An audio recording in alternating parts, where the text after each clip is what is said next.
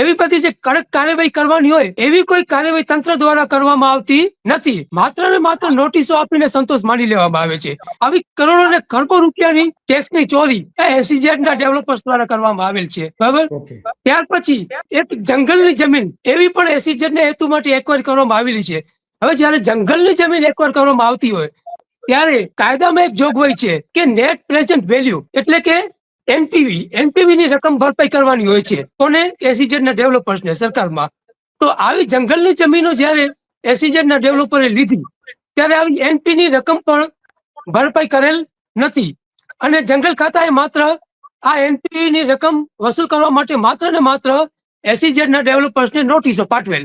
એના પરથી કોઈ પણ જાતની વસૂલાતની કામગીરી આજ દિવસ સુધી કરવામાં આવી નથી. માત્ર નોટિસો પાઠવી અને તંત્ર દ્વારા માત્ર ને માત્ર ખાલી કાર્યવાહી રેકોર્ડ ઉપર કરવામાં આવે છે, પણ નક્કર કોઈ કાર્યવાહી આજ દિન સુધી કરવામાં આવતી નથી.